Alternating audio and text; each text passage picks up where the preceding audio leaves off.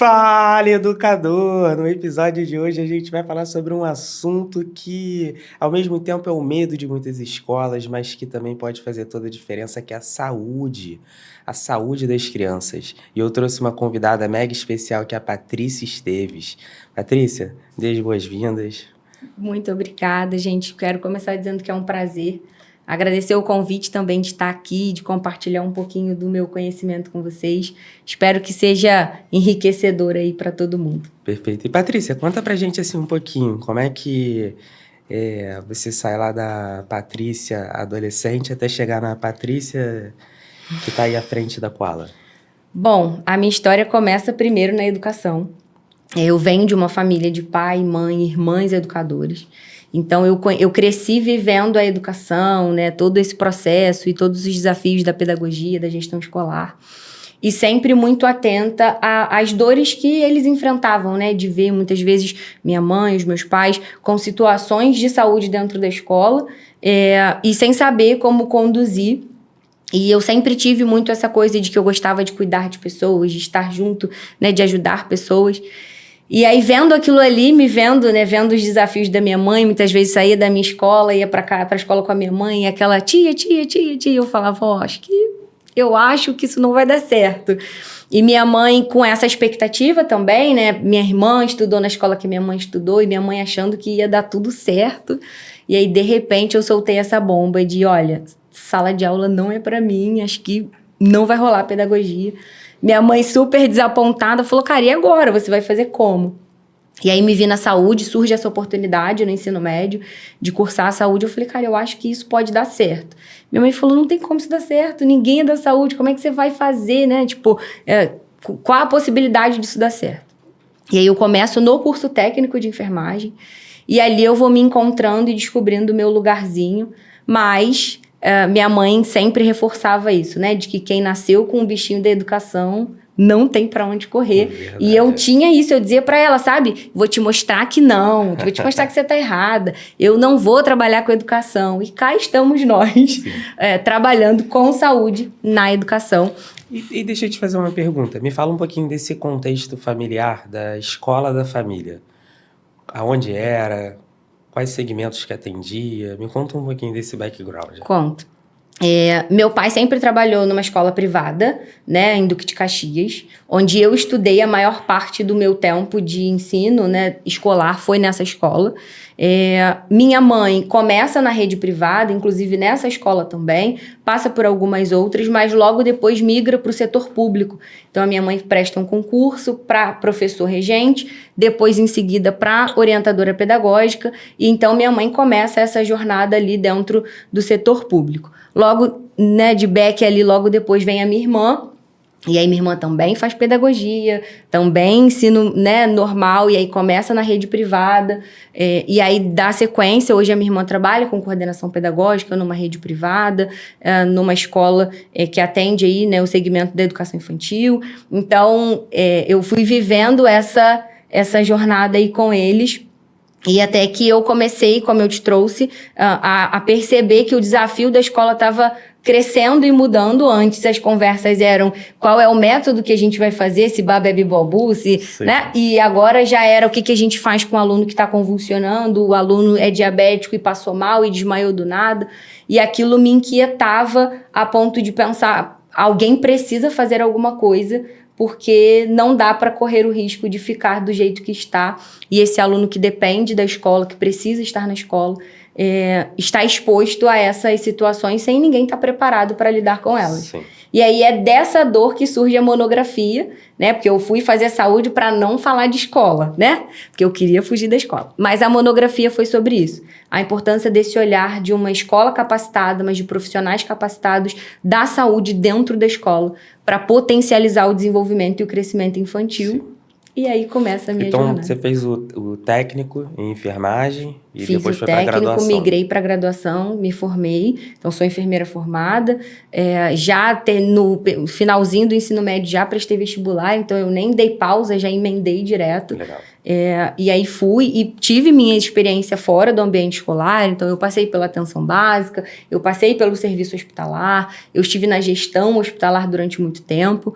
Mas, como minha mãe sempre disse, né? O bichinho tava ali, tinha alguma coisa que em algum momento ia me fazer voltar. E eu achei por um tempo que esse bichinho aí era só lecionar, né? Então eu dei aula durante um bom tempo para curso técnico, então eu pensava, já sei.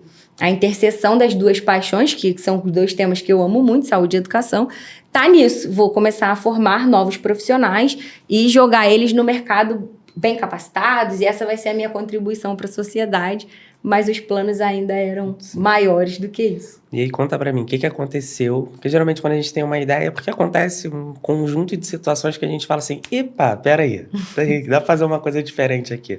Como é que foi isso? Então, eu estava trabalhando no hospital nesse tempo, a pandemia estoura, né? E eu estive na linha de frente nesse período.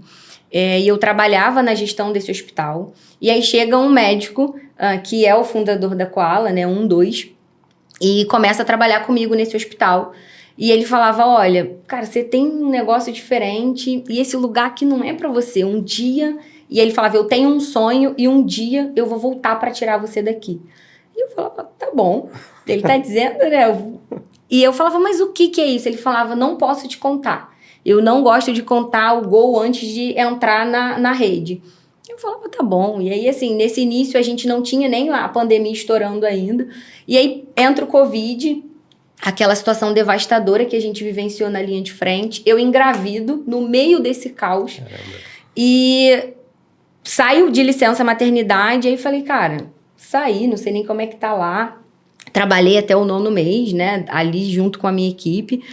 E depois de um tempo eu volto, ele não tá mais no hospital. E aí minha vida seguiu normalmente, né? Assim, não tinha obrigação nenhuma comigo, nenhuma responsabilidade. Mas passa um tempo e ele volta para esse hospital. Ele assume a coordenação médica e ele fala, olha, o sonho tá mais perto e eu vou tirar você daqui. Eu falava, para com isso. Você fala e não me conta o que é, me deixa ansiosa. E ele muito preocupado, e aí ele sai, muda de hospital novamente. Eu falo, cara, se tinha alguma chance de eu sair daqui, não, ela foi embora agora. E aí, passado assim, acho que uns 3 meses mais ou menos, o meu telefone toca num domingo, 8 horas da manhã, e ele fala, olha, é ele, e aí eu atendo e falo, oi, Rafa. E ele fala assim, Paty, o sonho não é mais sonho. Aconteceu, tá pronto, e eu preciso de você aqui amanhã, no Leblon, porque eu preciso te contar o que é. Eu falei, você não vai me contar pelo telefone, eu vou ter que esperar até amanhã. Ele falou, até amanhã você tem que vir aqui. E aí eu, né, vivo o domingo naquela ânsia do que sonho é esse que vai mudar, que eu aguardo há tanto tempo. E aí eu chego lá e aí ele me apresenta a Koala e fala, olha, eu tenho um projeto e o projeto é mudar a vida das crianças dentro do ambiente escolar. Ele tinha essa experiência da UFRJ, então ele e o outro fundador, que é o Matheus, eles são médicos, né, formados na UFRJ, e pela UFRJ eles constroem um projeto social dentro da Maré para fazer atendimento nas escolas. E aí, vivenciando aquilo ali, eles percebem esse gap, né, que existe, essa necessidade latente das escolas. Eles falam, isso não pode acabar aqui, né? A graduação vai acabar em algum momento e a gente precisa fazer alguma coisa diferente. E aí, eles começam com o treinamento de Lei Lucas e depois eles conseguem, então, estruturar e expandir o serviço, fundando a Koala com essa proposta de fazer saúde escolar. Legal. Ó, antes da gente continuar, queria só agradecer a todos os profissionais que se dedicaram no período da Covid na linha de frente. Merecem os parabéns, porque não foi fácil. Não. Então, parabéns aí Obrigada. por ter participado desse momento. A gente sabe que não foi um momento bom para ninguém, né? Sim. Mas, graças a Deus, passou. Passou. Vencemos. Amém. Agora, vamos lá. Ele te chamou lá no Leblon, foi falar sobre a Koala, e como é que ele apresentou, o que ele explica que é a Koala, e aproveita e explica pro pessoal para eles saberem certinho o que é. Bom, eu chego lá e ele diz para mim, o nosso sonho é o seguinte, a gente quer mudar o conceito de saúde escolar e a gente quer levar acesso a isso para as pessoas. Então, a gente percebeu essa dor e até esse momento, inclusive, ele não sabe da minha história familiar, não sabe que eu venho da educação, não sabe de nada disso. E ele falou, Patrícia, o que eu quero é construir um ecossistema que possibilite que o pai saia para trabalhar e tenha a certeza de que o filho está dentro da escola seguro de ponta a ponta. Seguro porque ele vai ser desenvolvido e é a proposta da escola, vai aprender, vai crescer, vai desenvolver.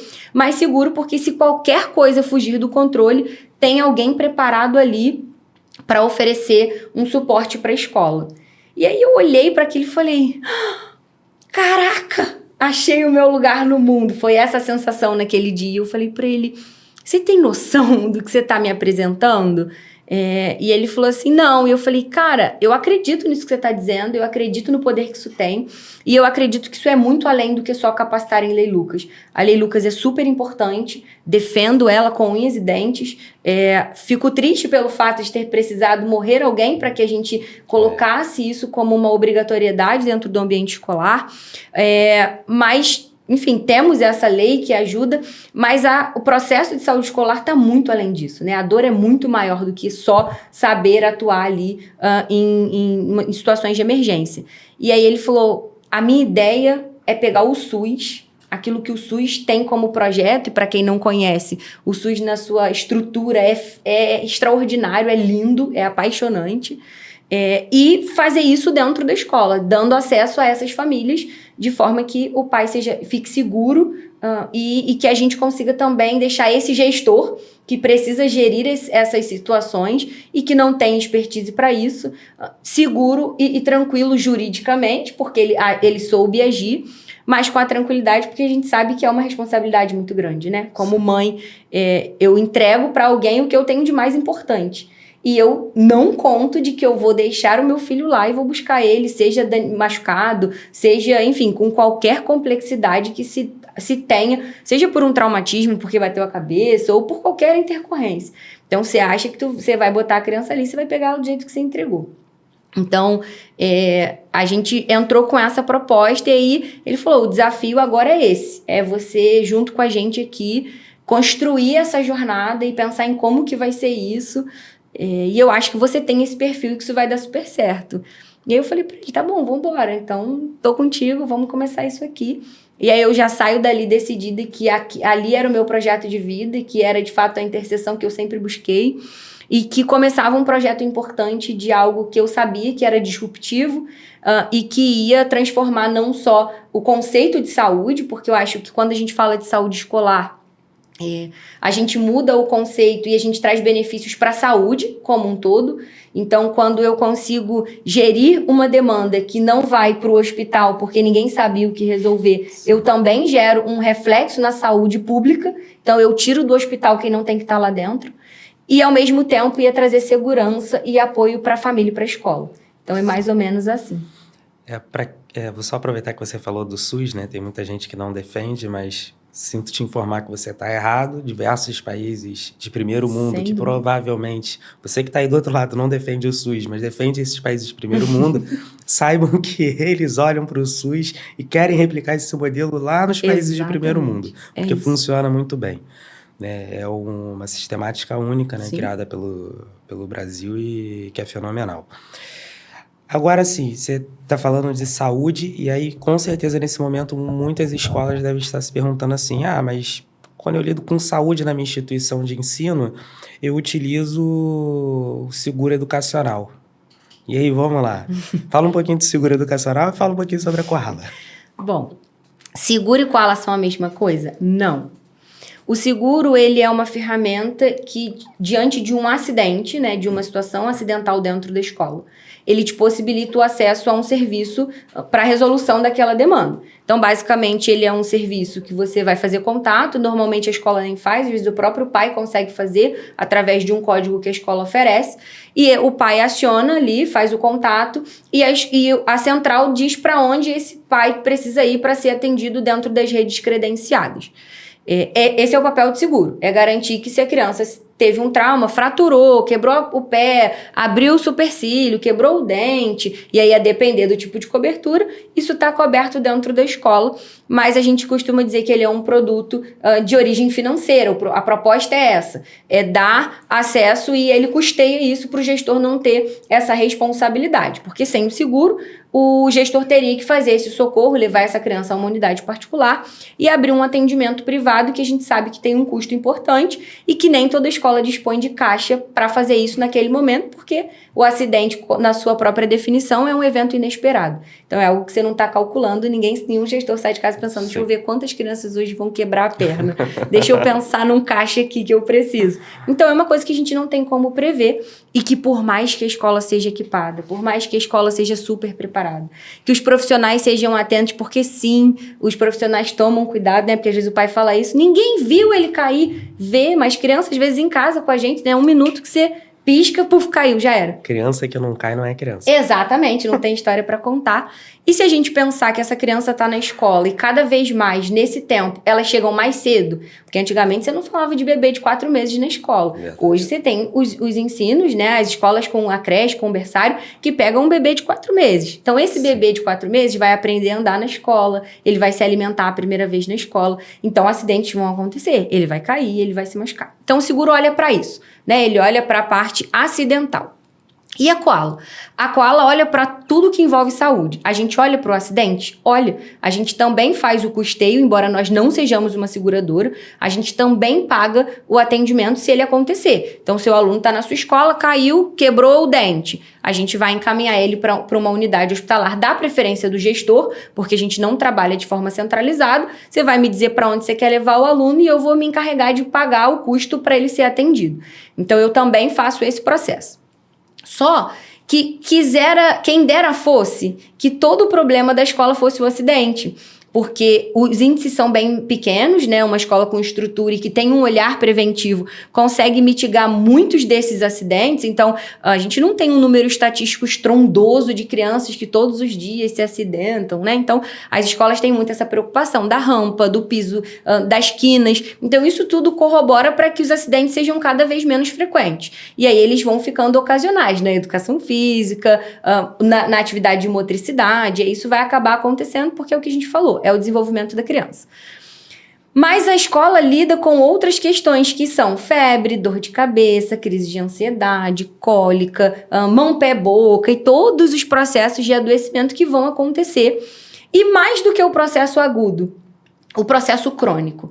Pensa que a escola recebe esse aluno tem uma doença crônica, então ele é diabético, ele é hipertenso, ele é cardiopata, enfim, ele tem alguma comorbidade, ele é asmático, não sei se vocês sabem, mas os estudos mostram que 1 a cada 6 crianças tem asma, então eles falam que numa sala de 30 alunos, pelo menos de 3 a 5 alunos serão asmáticos.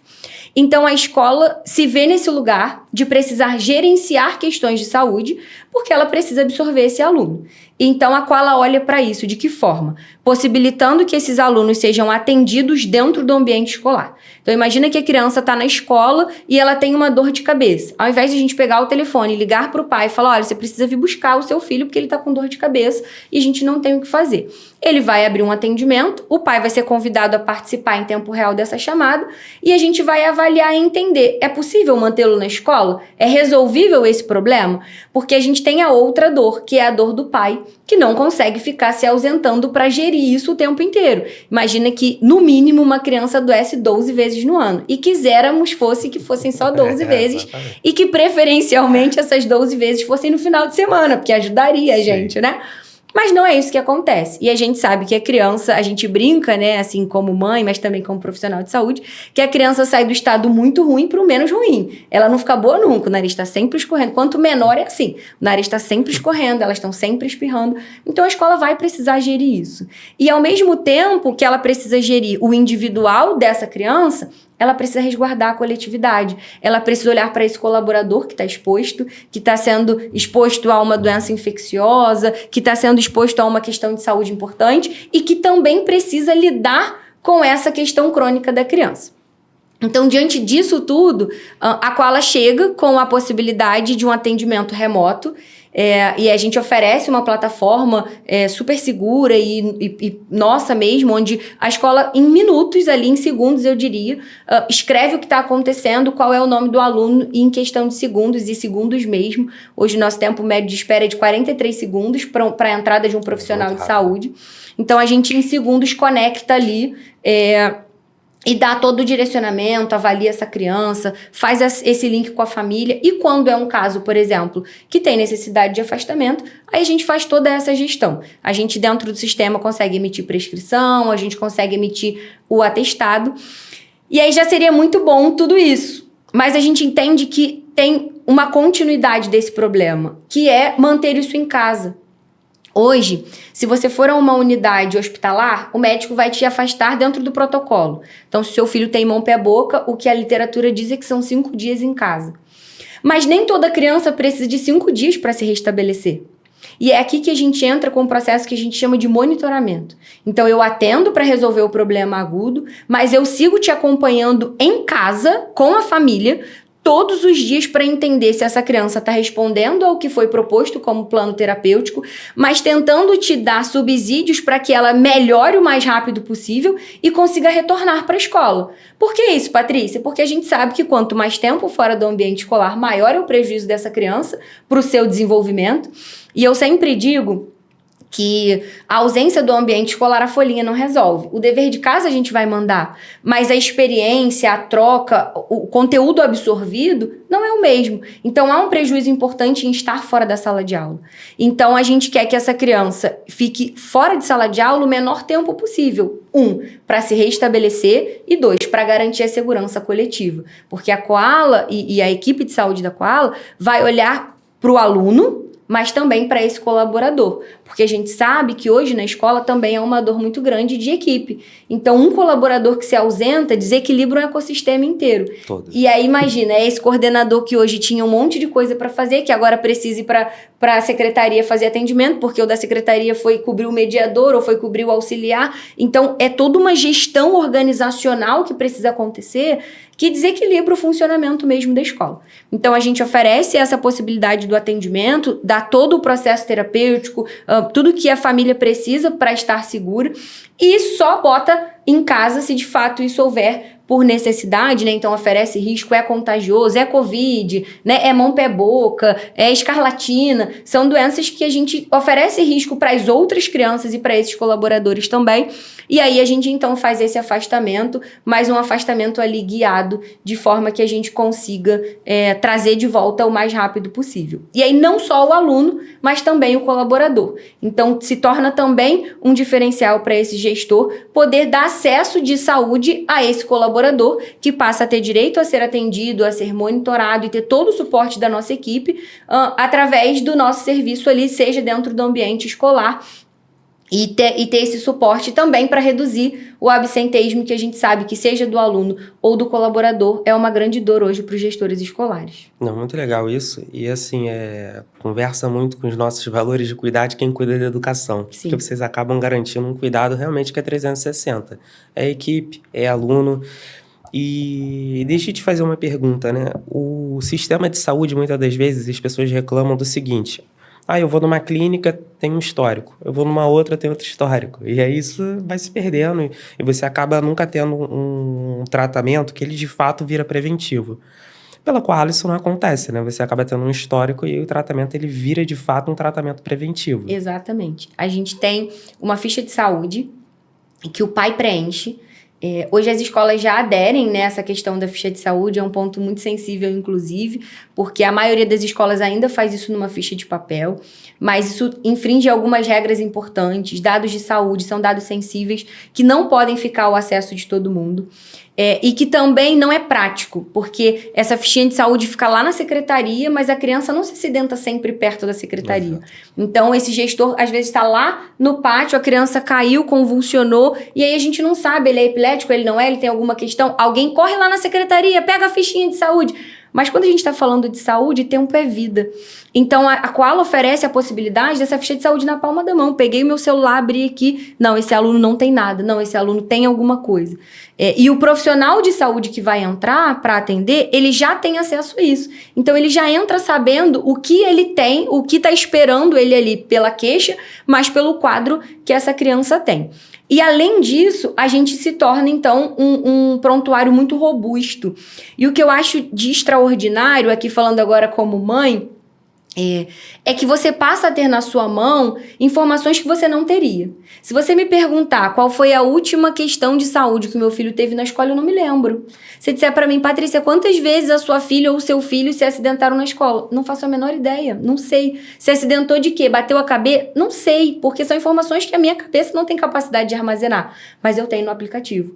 Então, o meu pediatra passa a ter também acesso a um processo muito mais profundo de informação, que ele, inclusive, consegue não só somar força comigo, porque eu acho que esse é um ponto importante, a qual ela não chega com a proposta de substituir o profissional especialista da criança, de modo algum, e nem de tirar o modelo e assistência hospitalar, porque a gente não tem braço para isso. Mas a gente quer justamente ser o elo. E a gente está nessa interseção, unificando o serviço hospitalar, que não tem a informação do pediatra, então ele não sabe as informações da criança. E aí, quando o pai vai junto, ok. Mas existem circunstâncias em que a escola se desloca com essa criança, que ela precisa responder perguntas que ela não sabe. Ela não sabe dizer, e nem tem obrigação. Imagina, se eu tenho 500 alunos, decorar a informação de todo mundo, impossível. Então, a gente consegue fornecer esse elo. Esse pediatra passa a ter muito mais informação dessa criança e consegue oferecer um cuidado muito mais completo. O serviço terciário, né, o serviço hospitalar, passa a ter um profissional de saúde recomendando e referenciando com as informações que são inerentes e importantes para que o cuidado seja continuado, e o acesso das informações essenciais ali na palma da mão. Então é isso, você acaba tendo um prontuário robusto para a família de quantas vezes seu filho adoeceu. Peraí que eu vou te dizer aqui. Quantas vezes esse ano seu filho fez uso de antibióticos? São informações que a gente não sabe, eu não consigo armazenar isso. Por mais que sejamos mães cuidadosas, né? Eu guardo tudo numa pastinha, mas a pastinha fica em casa, eu não ando com ela na bolsa. Qual foi o último antibiótico que o médico prescreveu? Sei lá. Eu só sei que ele fez, porque eu me lembro. Mas qual? Eu não sei. Então, com o sistema, o pai tem isso na palma da mão dele. Ele tá andando com aquilo ali para onde ele for. Então, peraí, doutor, que eu vou olhar aqui, que foi a Koala que prescreveu, só um minuto. E ele acessa ali. Ele ainda tem a possibilidade de subir a prescrição do médico externo. Então, o pediatra prescreveu, ele sobe ali na plataforma da Koala.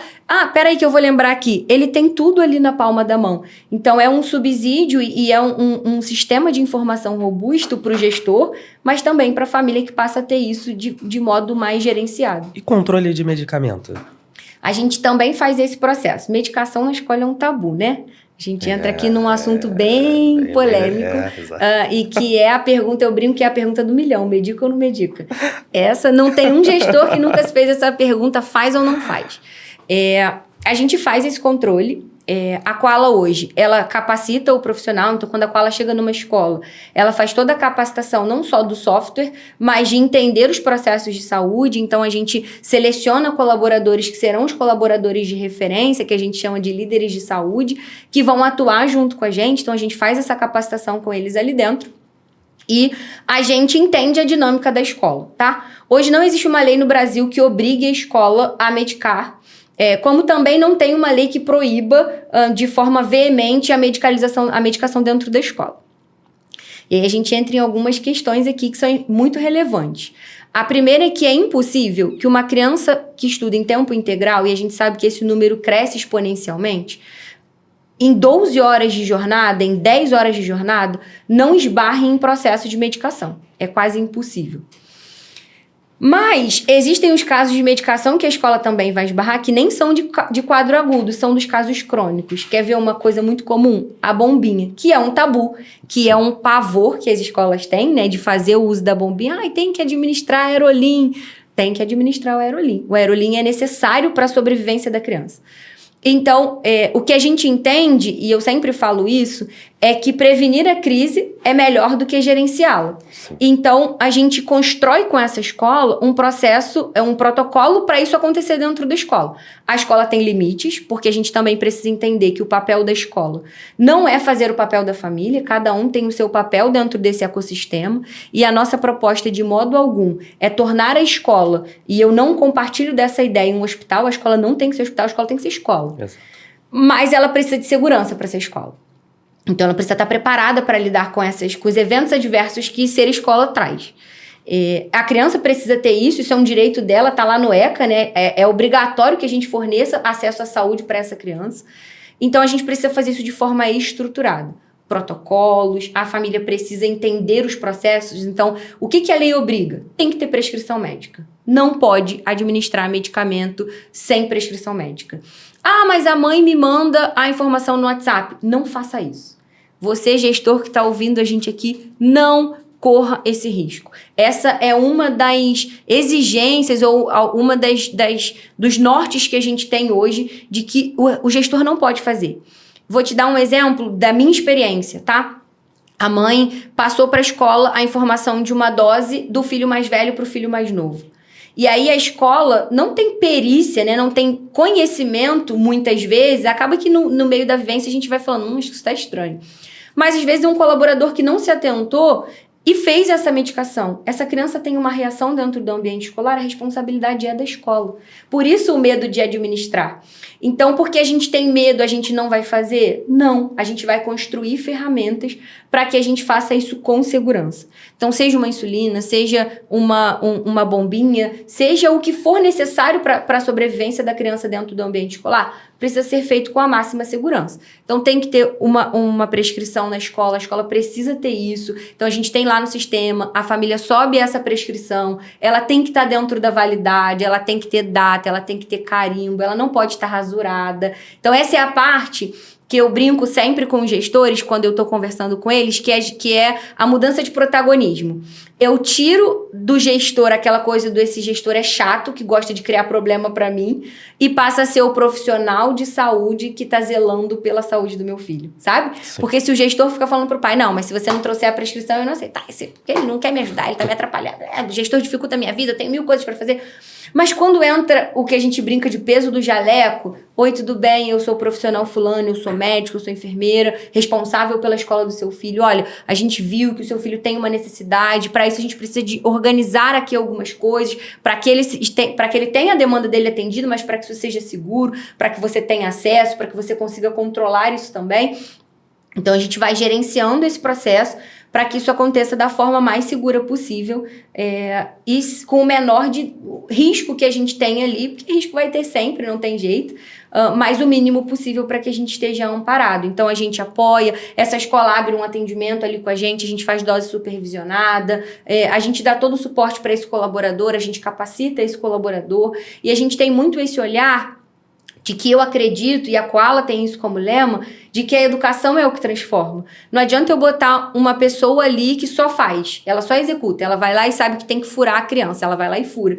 Mas ela não entende o que está acontecendo ali, ela não entende com o que ela está lidando. Então alguém precisa dizer isso para esse colaborador. E esse papel não vai ser o gestor, porque ele não tem expertise.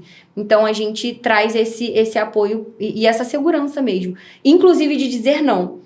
Porque o gestor também tem essa dificuldade de, caramba, eu posso negar isso ou eu não posso? Eu posso falar que não?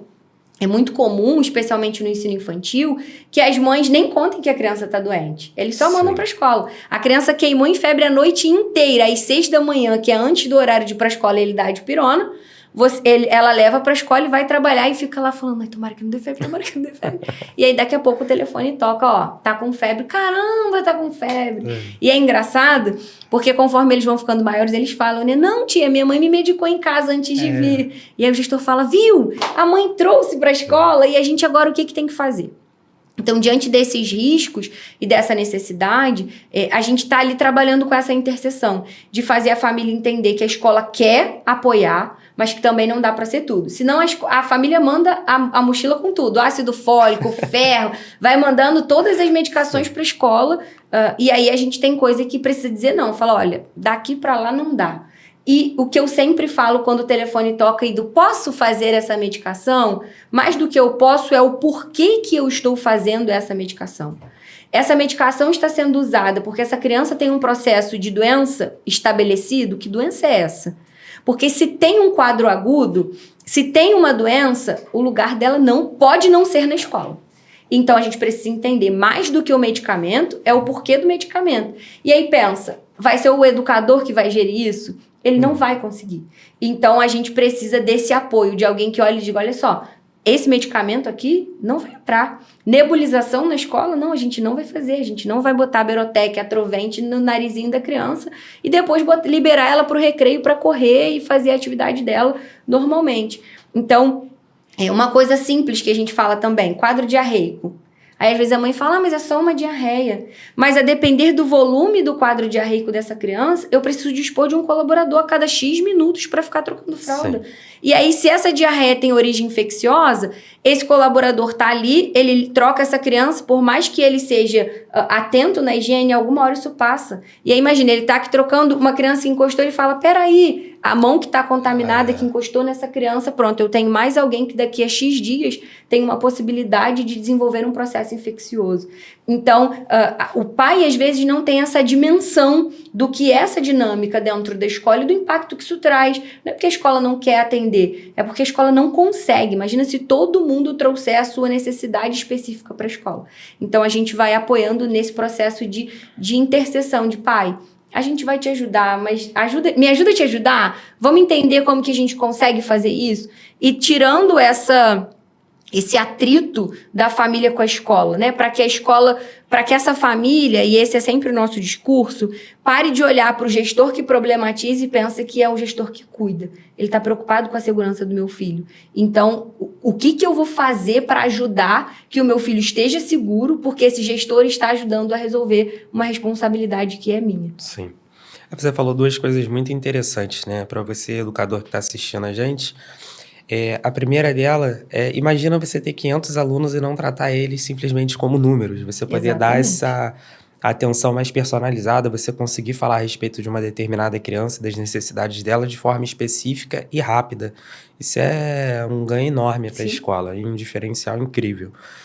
E a segunda questão que você falou, e que eu super concordo a respeito da responsabilidade dos pais, e tem um ditado africano que diz o seguinte: você precisa de uma aldeia inteira para criar uma criança.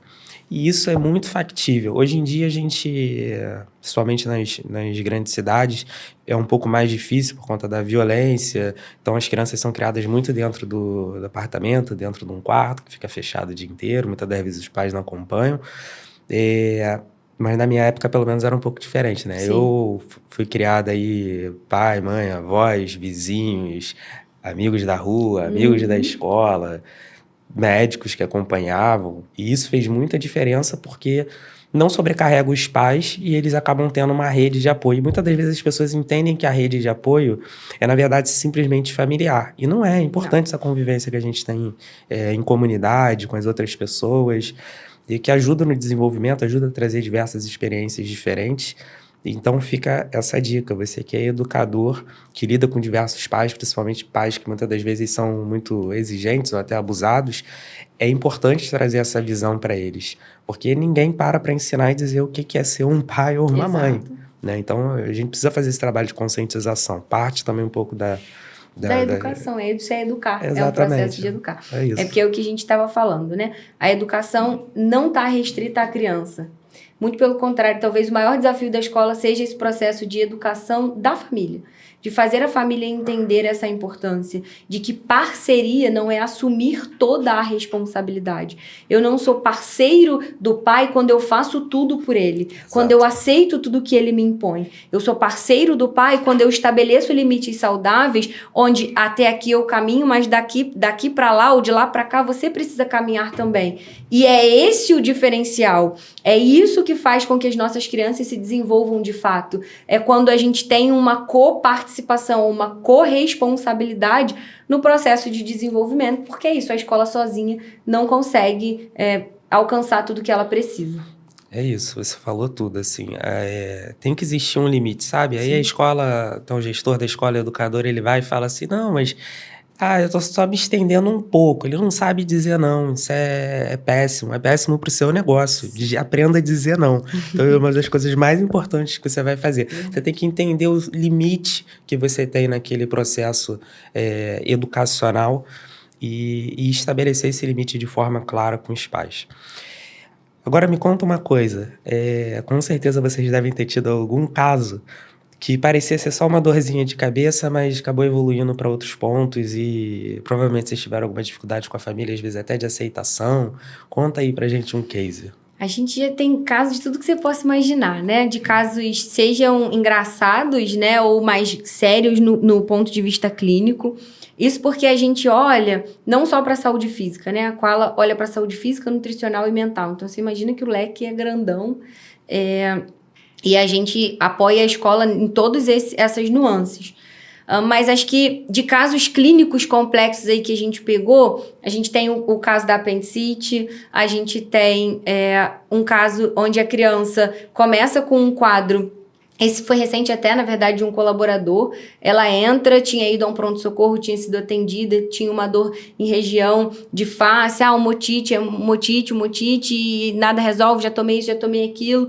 E a médica olha e fala, olha, vou fazer um relatório, volta pro hospital, porque você tem um quadro clássico de mastoidite aí, uma chance de ser algo um pouquinho mais delicado, volta lá. Leva lá esse relatório que eu vou mandar e pede para seguir esse processo. E aí a gente recebeu essa semana uma mensagem dessa colaboradora. Falou, cara, quando eu cheguei lá e eu entreguei o relatório, o médico seguiu ali o que vocês estavam trazendo, com as informações que a gente tem, do que tem lá da ficha de saúde. E aí, era isso. Tô super bem, tive alta. Então, a gente tem muitas situações, mas também a gente vemos casos delicados, assim, de, por exemplo, rato morto dentro da mochila. E aí, imagina, né? O professor chegou para dar aula, um cheiro horrível na sala de aula. E aí, o primeiro professor segurou a onda ali do cheiro, mas pensa, a hora tá passando, o cheiro tá evoluindo. E aí, de repente, entra o segundo professor e fala, gente, para. Imagina, criança, assim, de 7, 8 anos. Para, tem alguma coisa muito errada, vamos buscar o que pode estar acontecendo. E aí começa o caça-caça do que é, abre lixeira, abre estante, olha livro. Ele falou, não é possível, tem alguém, merendeira, vamos pegar as mochilas e olhar os lanches. E aí nesse caça às bruxas ali, eles se deparam com essa situação e quando abrem a mochila tem um camundongo morto dentro da mochila da criança. E aí, a primeira pergunta é essa, né? Tipo assim, o que você tá fazendo aqui, sabe? Por que você trouxe isso? E aí, imagina a gente do outro lado, né? Chegou o atendimento, rato morto na mochila. E a gente ficou pensando, será que digitaram isso errado?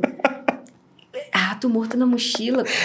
E aí, a gente entra nesse atendimento e, assim, o nosso trabalho tem disso, né? De a gente encontrar e esbarrar com situações desafiadoras. O fato de fazer o teleatendimento abre fronteiras, então a gente não está hoje só no Rio de Janeiro, a gente atende o Brasil inteiro, então hoje eu tenho pelo menos uma escola em cada estado do país. E a criança fala, não sei como ela entrou, e aí primeiro vamos fazer o processo de segurança, né? Vamos tirar tudo, vamos isolar tudo, e aí depois de todo aquele processo de avaliação e de garantir a segurança da criança, né, dos alunos, aí vamos começar a investigar. E aí a criança fala, a gente pergunta, mas você não sentiu o cheiro quando você veio? Porque se já estava na sala, muito provavelmente já veio na mochila. Sim. E aí a gente ouve a seguinte frase, não, eu tô acostumada com esse cheiro, na minha casa tem muito. E aí a minha avó vive matando, e aí eu não senti, eu já tô acostumada. E aí você vai entender a questão socioeconômica, você vai olhar para a realidade dessa família, dessa criança, e aí você entende que é um problema que está além daquilo ali que a sala de aula está gerindo, sabe? E aí, enfim, todo um processo. Então, tem muito disso, de questões de, por exemplo, estou com uma dor abdominal, e quando você vai avaliar, é uma coisa mais grave, é cirúrgico, sai correndo, vambora. Essa semana, essa é fresca, né? A gente estava, ontem, uma criança sendo liberada, de repente fala, ai, minha barriga, e aí começa a vomitar, e vomitando muito, e vai começando a sentir muita falta de ar. A mãe, assim, a metros do portão, a inspetora com a criança na mão, e aí abre o atendimento, e enfim, a criança começa a desaturar, né? A saturação começa a descer. E aí a gente começa a gerenciar ali, chama a ambulância, manda a ambulância para a escola, a criança sai removida, uma possível anafilaxia, né? Fez alguma reação a alguma coisa. E aí a gente faz esse encaminhamento ali, a criança bem, passou o dia bem, sem sintoma nenhum, brincou, fez todas as atividades, do nada, ai, minha barriga, e dali para lá, enfim, a gente não sabe, não consegue prever o que vai acontecer, então a família entra ali também com a gente no atendimento, a gente remove essa criança da escola, então tem esses loopings, né? Assim, desde Sim. coisas muito simples, como a gente já pegou engasgo, por exemplo. Imagina, de repente o telefone toca, o atendimento abre, eu abro, tem uma criança assim do outro lado e, tipo, E agora? Ah, tá engasgado. Beleza, daqui a pouco vocês me explicam. Vamos fazer aqui, vamos ensinar, vamos organizar. Desengasga a criança e a gente resolve. Então, tem muitas experiências assim que a gente passa, desde coisas muito simples a coisas mais complexas. E aí que, numa escola sem esse suporte, fica na mão do gestor. Esse caso, por exemplo, da apendicite, é uma possibilidade. A gente trataria como uma dor abdominal, essa dor vai começar a crescer, ela vai fazer um pico até uma hora que a criança não vai conseguir mais aguentar, ou acontecer o que a gente tem muito medo, que é o apêndice romper, né? Fazer ali aquele processo de infecção. E aí, por uma intervenção, por um direcionamento, uma coisa simples, que é um exame físico que a gente faz, pressionou um determinado local, é teste positivo direto para emergência, é bater e valer, é quase que uma tomografia, sabe? Se Sim. dá positivo. Então, uma coisa que é simples que a gente poderia passar desapercebido ou que poderia agravar pelo fato desse gestor ter que esperar o deslocamento do pai, né, para vir Sim. buscar a criança. Então, a gente tem aí muitas experiências. Eu percebo uma vantagem clara que é nesse atendimento muito rápido. Muito rápido. Você consegue evitar situações mais graves, até de óbito, né? Sim. A gente acaba não comentando, mas... Sim. E que é o grande medo, né? Exatamente. E parece que não acontece muito, mas infelizmente acontece bastante. E depois você se vira contra a escola, é uma situação extremamente delicada e difícil, né? Agora eu vou te fazer mais 2 perguntas que elas conversam entre si.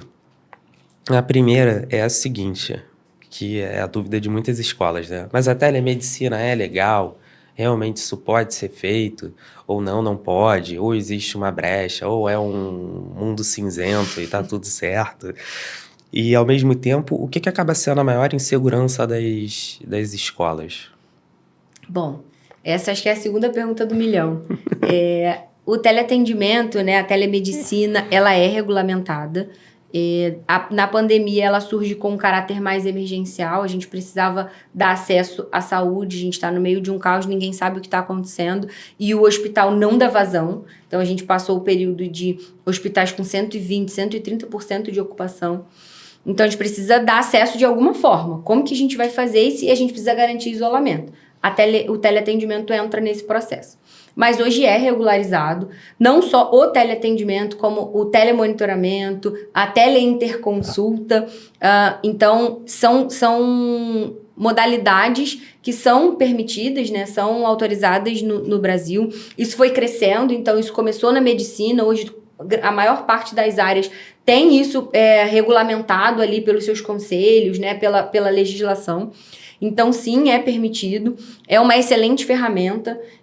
Foi o que eu te trouxe no início. Eu acho que o teleatendimento, ele democratiza o acesso, ele dá acesso a pessoas que talvez não teriam. Então, imagina pessoas que têm cidades muito pequenas, poucos serviços disponíveis, e aí ele consegue contactar um especialista de outro estado e ele tem a demanda dele atendida e resolvida, porque ele teve acesso a esse serviço. Então, quando a gente fala de teleatendimento, quando a gente fala do atendimento digital, esse é um movimento crescente, né? Isso vem cada vez mais forte. Como o mundo digital, né? A gente, 3 anos atrás, você não tinha... 3 eu não digo, mas assim, 7, 8, 10 anos atrás, o movimento digital era muito menor, né? A gente não tinha o celular fazendo tudo. Antigamente, pra você tirar dinheiro, pagar uma conta, você tinha que ir lá no banco, ficar na fila do caixa eletrônico.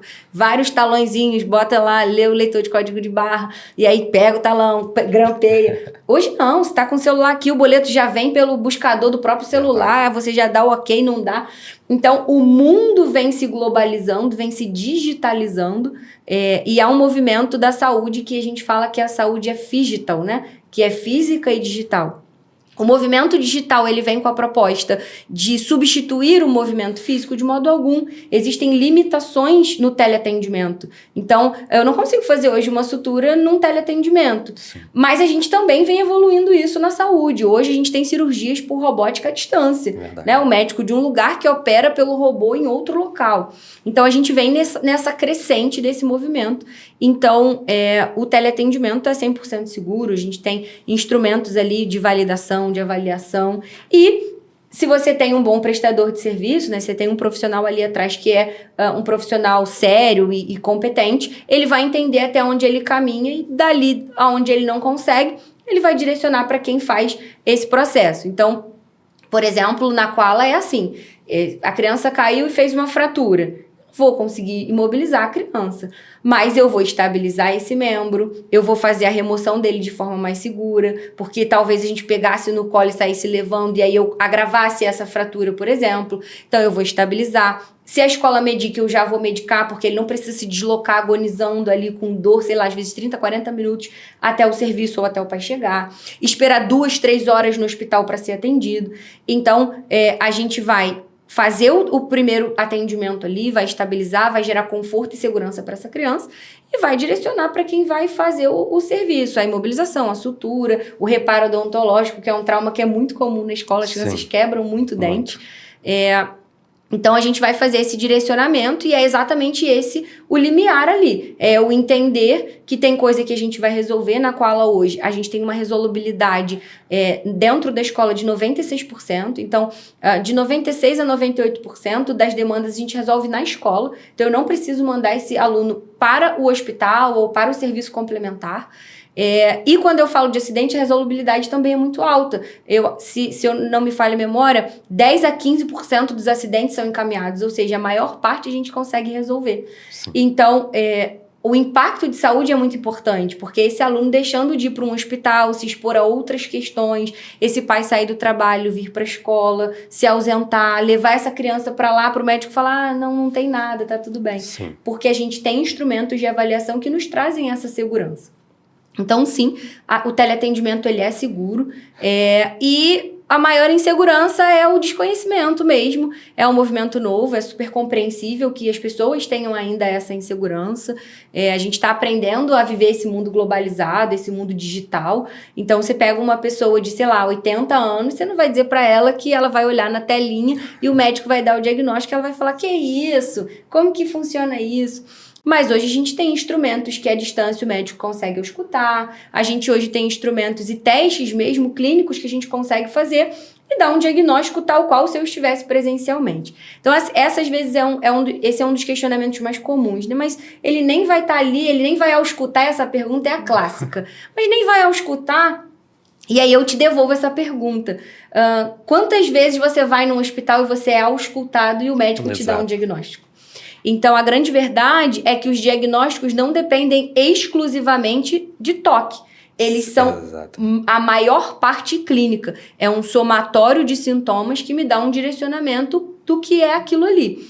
Para algumas doenças não tem jeito. Eu preciso de exame, eu preciso confirmar. Como que eu vou diferenciar se é COVID ou síndrome gripal? O sintoma é igual. Eu não consigo, nem presencialmente. Eu preciso de quê? De um exame. Eu vou suabar, eu vou colher painel viral e aí eu vou descobrir o que é.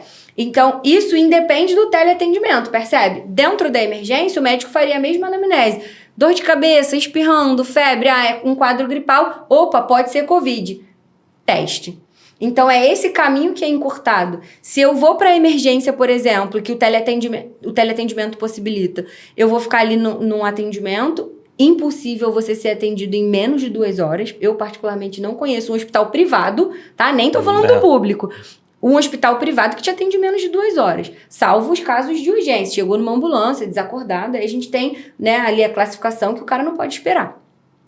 Mas uma demanda de quadro gripal, por exemplo, você não vai levar menos de 2 horas para ser atendido. Verdade. Você vai passar pela triagem, o enfermeiro vai falar, quadro gripal, vai classificar você como verde, você tem ali até 4, 5 horas de jornada esperando, você vai passar pelo médico para ele coletar todos a sua anamnese, todo o histórico clínico e dizer, precisa testar.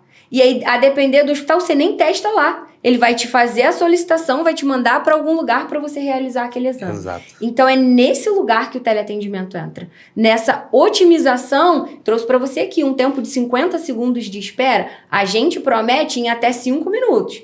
Mas a gente busca entregar sempre um tempo muito curto. Por quê? Porque eu sei que quem está do outro lado, 2 coisas. Tá preocupado, porque no final do dia a gente tem medo de morrer. Sim. É isso, não tem pra onde correr. O gestor fica pensando, se estourar na minha mão, o que eu vou fazer? E a gente também tem um colaborador que tem milhões de atribuições para fazer. Então, 5 minutos para ele é muito tempo. Em 5 minutos ele atendeu o telefone, ele falou com a mãe, ele levou o outro na sala, ele pegou a xerox da professora. Então, a gente precisa dar celeridade a esse processo. Então, a gente busca fazer isso cada vez mais rápido. Então, o teleatendimento te traz essa possibilidade de, já que é para testar e é para fazer o exame, então, eu em minutos entro aqui com você, diagnostico, digo quais são as suspeitas, te mando para o lugar onde você vai realizar, e aí, em alguns serviços no nosso, você vai trazer de volta e eu vou atestar ou não que a gente trabalhou ou definiu. Em outros não tem jeito, você vai ter que ir para um PS ou procurar um especialista para te dar a devolutiva. Então, eu acho que hoje a maior dor do teleatendimento é o desconhecimento. É esse processo de absorção que a sociedade vem fazendo. Dificilmente você vai encontrar um jovem de 12, 13, 14 anos, 15, resistente a qualquer coisa digital. Verdade. Mas a gente está falando de pais que não têm 12, 13, 14 anos. A gente está falando de uma geração que antecede esse processo de atualização digital. Então, para essas pessoas, o maior medo é a mudança de cultura. Será que isso realmente é seguro? Será que essa pessoa que está ali do outro lado, de fato, entende o que ela está fazendo? Então, por isso a importância também de você encontrar profissionais que sejam capacitados, que você tenha segurança de onde eles são, o que eles estão fazendo. Também não é qualquer teleatendimento que você consegue entrar, mas hoje a gente vem com essa crescente. Então, terapia. Antigamente você só fazia terapia indo no consultório ali, no serviço daquele profissional. Hoje, de casa, de onde você está, do celular, estou numa reunião, é meu horário de terapia, entra no carro, faz a sessão e volta para o seu trabalho. Então, olha o acesso que o teleatendimento está trazendo para a gente e essa mudança, eu olho com essa perspectiva de prevenção, porque se antes eu tinha que me deslocar, ir para uma unidade, para resolver um problema simples, eu levei 5 horas para resolver. Quer ver um exemplo? Uma hipertensão, que um captopril teria resolvido sublingual. E aí, se eu tenho esse histórico desse paciente, se eu conheço ele, é resolvível. Ele pode muito bem seguir a dinâmica dele tranquilamente sendo monitorado. Para que eu vou pegar ele, vou fazer ele se deslocar? Aí eu já estou com a pressão alta, eu tenho que enfrentar o trânsito, porque Rio de Janeiro, São Paulo, a gente sabe que as grandes cidades são assim, o trânsito não é favorável, então eu vou me deslocar, vou levar tempo de deslocamento, estresse de, meu Deus, não chega, meu Deus, estou com dor, aí agora, como é que vai ser? Chego lá e eu tenho a fila de abrir a minha ficha. Porque não é só a fila de ser atendido, eu tenho a fila de abrir a ficha, depois da fila de abrir a ficha eu tenho a fila da triagem, depois da fila da triagem eu tenho a fila do médico, aí eu tenho a fila do exame. Então, olha o quanto hoje a saúde é complexa e burocrática por uma questão de organização, porque senão também não daria conta. Como hoje a gente já tem, a saúde vem nesse colapso, e que a gente pode resolver tranquilamente ali e colocar dentro, e aí eu comecei a minha fala dizendo isso, né? Para mim, hoje, o impacto do teleatendimento, ele tá nisso, na mudança do perfil hospitalar. É a qualidade de vida para o profissional que está ali, que antes tinha que atender desde uma encravada a uma parada cardiorrespiratória e que hoje, por acesso à saúde cada vez mais próximo do usuário, ele passa, de fato, a dedicar o tempo dele para aquilo que ele, de fato, precisa, que é o paciente grave ou de alta complexidade. Então, eu acho que essa é a maior dor hoje, não para a escola só, mas para o mundo quando a gente fala de saúde digital. Eu sou meio suspeito para falar porque eu sou fã da telemedicina. Antigamente eu não gostava de médico, hospital, por conta do tempo de deslocamento. E aí depois você tinha que ter o retorno. Então, assim, é um estresse. E hoje em dia não, porque hoje em dia é isso, é a telemedicina, faço terapia online. Para quem acha que terapia é para poucas pessoas, é para todo mundo, façam. É legal, é bacana, ajuda bastante em diversos aspectos da vida, não é só para você que está se sentindo mal com algum assunto. Faça porque é importante, é legal você ter alguém para conversar, expor suas ideias e ouvir uma opinião externa que possa te auxiliar em algum determinado assunto. Mas além disso, eu também uso muito a telemedicina para consultas em geral. Às vezes estou me sentindo meio mal, vou lá, já resolvo. Na maioria das casos não precisa ir para o hospital, fazer mais nada além disso. Às vezes nem precisa de medicação. Uso muito para fazer check-up também. Então, assim, já tem 4 anos que eu faço check-up anualmente através de telemedicina e é ótimo, mantém minha saúde super em dia. Então, super recomendo, sou suspeito para falar. Agora quero te fazer, você falou do Phygital, só para lembrar as pessoas, união de físico com digital. E a Koala, nesse sentido, tem um kit, primeiros socorros para a escola, alguma coisa assim, ou ajuda a montar esse kit? Tem. a gente entrega um material que a gente chama de coaleta, né? Que não é uma maleta, Legal. mas é uma coaleta. Que é exatamente esse material físico que vai para a escola. Então, ali tem mensuradores de sinais vitais, aparelho de pressão, termômetro, oxímetro de pulso, que a gente vai avaliar saturação, batimento, enfim. Então, tem os aparelhos de verificação de sinais que a gente vai usar durante os atendimentos, que são importantes nesses casos. Esse da criança que eu te trouxe, por exemplo, começa... Tô com falta de ar, tá? Mas vamos olhar aqui no dedinho se realmente tem uma falta de ar estabelecida. E cada vez mais a gente vem usando com as questões emocionais, as crises de ansiedade e todo o material de primeiros socorros. Então, a gente manda para a escola tudo aquilo que a escola vai precisar, caso tenha uma intercorrência. Então, a gente deixa a escola equipada para ela conseguir lidar e atuar, e a gente acaba utilizando isso. Então, como eu te trouxe numa estabilização de um membro fraturado, por exemplo, é o material que está lá dentro, a atadura que eu vou usar, são esses materiais que a gente faz uso durante o processo da dinâmica, mas também existem materiais que a escola faz uso por conta própria. Caiu e ralou o joelho. Ela vai lá, pega o antisséptico, faz o curativo, bota o band-aid do Minions que a gente colocou ali, e a criança vai feliz da vida porque tem um band-aid colado no joelho. Então, a gente manda esse material com tudo, todas as orientações de uso, vai tudo, sem contar todo o processo de treinamento que a gente fornece para esse colaborador. Legal isso. Para quem é educador de primeira viagem, ou educador há muitos anos e não sabe, ter uma maleta de primeiros socorros é obrigatório, não só por uma questão dos alunos, mas também por uma questão dos colaboradores em si. Sim. Tá? E muitos negócios não tem. Você chega Não lá, tem. pede... Não tem. É brabo. Agora vamos a uma pergunta que... Ó, essa... É um tema muito atual, tá? Assim, a gente tem o burnout digital, a ansiedade digital, que está em alta entre as crianças e os adolescentes. Sim. E quando eles vão para a rede hospitalar, vamos dizer assim, tradicional, eles não sabem muito bem como lidar nem o que fazer. Como que vocês estão nesse ponto? Estão desenvolvendo protocolos para isso? Já desenvolveram? Já estão atuando com esse tipo de caso? Tudo que a gente faz na Koala é sempre baseado em protocolo. Sempre. A gente está sempre muito conectado com o que é tendência aqui e fora, né?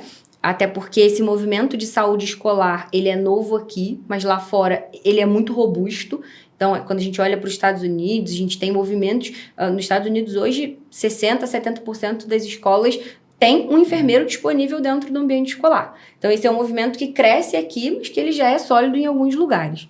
Então, a gente está sempre ali conectado com o que é tendência, o que as especialidades, né, o que os órgãos estão falando, o que o mundo está trazendo sobre isso, os especialistas. Então, tudo é governado por protocolo. E aí, assim, o número é alarmante, né? A gente tem visto recentemente... Teve um episódio até de uma criança que foi para uma clínica psiquiátrica e precisou fazer uso de medicamento por conta de crise de abstinência, né, da questão digital. Então, isso é uma dor latente, não tem como fugir disso. Então, sim, a gente tem muito esse olhar, a gente não só constrói o protocolo, e eu sempre falo isso, protocolo sem aderência da escola não faz o menor sentido, verdade. É mais um papel. E eu brinco sempre nas escolas, né, que é como ter um PPP e não seguir. Tu tem um papel maravilhoso, tem um plano pedagógico extraordinário, mas cada um segue uma coisa, cada um olha para um lado. Raro, mas acontece muito. Exatamente, é raro, mas acontece com frequência. Então, é a mesma coisa do protocolo de saúde. Não adianta você ter um profissional que vai lá, te dá o material, e aí abro até um gancho aqui, não só essa questão das abstinências, mas o bullying, que tem sido cada vez mais frequente, crescendo dentro da escola. Então, não adianta a gente ter uma lei que diz que a escola tem que ter um esquadrão anti-bullying, que a escola tem que ter um calendário para falar isso com os alunos, se isso não virar prática dentro da escola. Então, a gente entende isso, a gente apoia esse gestor na construção disso. Então, a gente tem todo um trabalho, todo um protocolo, tudo estabelecido. A gente tem o cuidado de personalizar isso para cada escola, porque eu sempre brinco que, apesar de tudo ser escola, cada escola é uma escola, então cada escola... Os desafios são muito semelhantes, né? As dores são muito parecidas, mas cada público é um público, cada política é uma política, cada maneira de apresentação da escola é uma. Então, a gente pega a legislação, traduz ela para a realidade escolar, porque às vezes ela parece, né, fora da realidade, como que eu vou aplicar isso aqui dentro? Então, a gente tem essa missão de pegar aquilo ali, mastigar para a escola na sua aplicabilidade prática e personalizar com ela o que faz sentido ali dentro. Então, tudo que envolve saúde emocional, saúde mental, funciona dessa maneira. Então, desde capacitação desses colaboradores, treinar, né, fazer um treinamento. Quando a gente olha para a inclusão hoje, né, muito se fala sobre isso e cada vez a gente sabe menos, né, porque todo mundo fala sobre tudo. Verdade. Então, a gente tem esse olhar de entender que esse mediador, de onde ele surge? Né? Ele só chega na escola, ele cai de paraquedas. Não, ele precisa entender. Ele é um mediador de que atipia, de que transtorno, ele está lidando com o quê? Então, a gente tem esse processo de construção, mas também de habilitação, de forma que esse profissional entenda o que ele está fazendo e que ele realmente seja um promotor do desenvolvimento saudável da criança. Você pegou num ponto muito bom, que era da minha próxima pergunta, né? Esses casos de crianças neuroatípicas, neurodiversas, como que a Koala, né, auxilia na prática as instituições de ensino? Vamos lá. São muitas as frentes, né? Começando do princípio de tudo, eu acho que hoje há uma dor dentro das escolas na gestão disso, tá? Dificilmente, não posso generalizar, mas a maioria das escolas ainda não tem o controle. Quantos alunos atípicos dentro da escola? Que tipo de atipia? Qual é o tipo de necessidade que essas crianças têm? E quando a gente fala de inclusão, e esse é um assunto super delicado, existem muitas nuances, né? E muitas especificidades que precisam ser atendidas para que essa criança consiga se desenvolver. Então, a gente já começa com esse processo, viabilizando essa gestão de informação. Então, quantos alunos atípicos, qual tipo de atipia, qual a necessidade de cada um. Então, de cara, esse gestor já tem um dashboard ali, um painel que traz esse número na mão dele, para ele ter isso de fácil acesso para gerenciar. Passado disso, a gente tem todo o apoio de referência contra referência de laudo. Então, ela recebeu um laudo, a gente interpreta, adapta para a escola. Se esse laudo é inadequado, a gente respalda a escola contra-referenciando para esse especialista. A gente apoia na construção do PEI, que é uma obrigatoriedade hoje. Então, a gente tem isso dentro do sistema, uma ferramenta que faz o PEI em minutos, olhando para o aspecto clínico também, porque o especialista traz a parte clínica, né? Mas a gente tem todo o viés pedagógico que é importante, então a escola consegue somar isso ali para entregar esse plano que seja factível, que seja acessível para a escola. Então, a gente também apoia nesse sentido. Que seja personalizado. Exato, que de fato seja individualizado, sim, né? Que não seja TDAH, todo mundo com o mesmo plano. Não. Sim. Então, o que esse aluno tem? E traduzir, porque às vezes a gente tem 2 cenários hoje, essa é a minha experiência. Laudos muito robustos, que o gestor olha e fala, tá, e agora? Tipo assim, não sei. Tenho isso, preciso resolver, mas não entendi. E a gente tem laudos que é só o diagnóstico. Tem isso, pá, precisa de mediação. E que a escola fica refém, mas qual é o desdobramento disso? O que a gente precisa se mobilizar? O que a gente precisa ajustar aqui dentro para conseguir entregar isso que essa criança precisa? Então, a gente trabalha nesse apoio de entender, de interpretar, de devolver isso, pedir... Às vezes faz contato com o especialista, olha, me explica um pouco melhor sobre essa criança. E, em contrapartida, o apoio ao diagnóstico inicial também. Então, aquela escola que identifica alguma necessidade, algum atraso de desenvolvimento, e a gente vai ali junto com a escola avaliando se de fato é um atraso, se alguma inconformidade, e a gente apoia, então, fazendo traz a família, vamos conversar, vamos entender, vamos sugestionar, vamos olhar para essa criança de forma mais atenta para a gente poder oferecer para ela o que de fato ela precisa. Então, quando a gente fala de inclusão, o nosso apoio é muito nessa dinâmica prática, né, de pegar ali o que precisa ser feito e traduzir isso para o ambiente escolar de forma mais prática e factível para a escola. Legal, e parabéns pelo trabalho que vocês estão fazendo, muito bom. Uma última dica aí para o educador que está em casa, os educadores têm uma dificuldade enorme em classificar as crianças que eles possuem, né, o alunado. Sim. E é importante entender que a criança que tem descalculia, dislexia, TDAH, autismo, né, enfim, é um universo, sim, enorme. Todas elas devem entrar nessa classificação. Sim. Todos eles precisam de um atendimento especializado. Tá? Patrícia, queria agradecer pela tua presença, deixar aqui para você dar um recado final aí para as pessoas. Muito obrigado pela sua participação. Nada, eu que agradeço. Eu acho que eu encerro a minha fala dizendo da importância da gente ampliar esse olhar, de entender que saúde na escola não é tornar a escola um hospital. Essa não é a proposta da saúde escolar. A proposta da saúde escolar é trazer segurança para todos os pilares, né? Unificar os principais pilares do desenvolvimento, escola, família e saúde. Então, há uma necessidade latente de que as escolas abram e entendam mais sobre isso, de forma que elas estejam mais preparadas e que elas tenham menos trabalho. Porque a verdade é que quando a gente fecha o nosso olhar para uma dor que existe, isso dá muito mais trabalho. A criança vai adoecer, ela tá ali, não tem como. Eu falo sempre para minha filha, doença não dá em árvore, dá em gente. Então isso vai acontecer. Então, a importância de você, gestor, de você, educador, não só buscar conhecimento, né, teórico, mas de tornar isso uma realidade dentro do ambiente escolar. Então, acho que momentos como esse, falar mais sobre isso, da gente buscar mais informações, é o primeiro passo para que a gente consiga, né, atender a essa necessidade e, de fato, garantir o desenvolvimento seguro das nossas crianças. Legal, muito bom. Parabéns. E, educador, obrigado por assistir esse episódio. Se você curtiu, salva, compartilha, dá um like e não se esqueça, entre uma aula e outra que a gente transforma a escola. Até o próximo episódio.